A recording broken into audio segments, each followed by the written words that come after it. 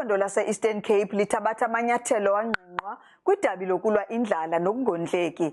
Unkosikazi Nonceba Khontsiwe ungumphathiswa wesebe lophuhliso lwamaphandle neenguqu kwezolimo e-Eastern Cape ubhengeze iphulo lokuxhobisa nokukhuthaza uluntu ukuba luzilimele ukutya kwalo ezigadini emakhaya.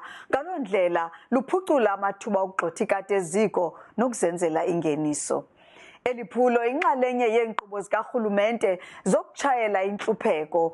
Umphathiswa wephondo uthi uDr Daw uza kuseka iindawo ezilalini eziza kulawulwa njengamashishini nalapho kuza kugcinwa kulandwe khona imveliso kubonelelwe neemalike zabathengi nabathengisi bengingqi. Isebe eli lethu lezolimo libizwa ngokuba nguDr Daw lineenkqubo zokuncedisa abantu ukuze banyuse ezolimo kakhulu.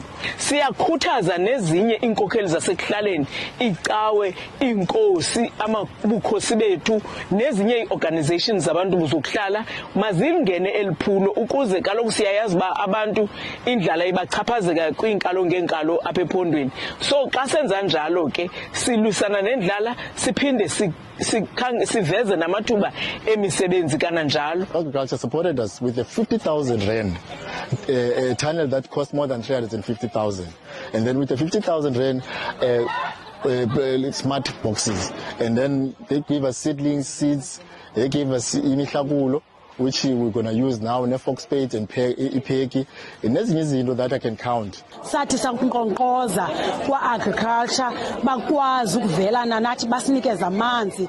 Namhlanje ndiyakwazi ukunkcenkceshela egadini yam, izityalo zam zibe zihle, zibe yile nto bendiyifuna kakade. Ndiyavuna ke ndingene apha edolophini ke ndivule isibene stendi sam. Abo bana ngaba-weekend baye bafune ke ndibenzele njenge-funeral nemisebenzi ethile.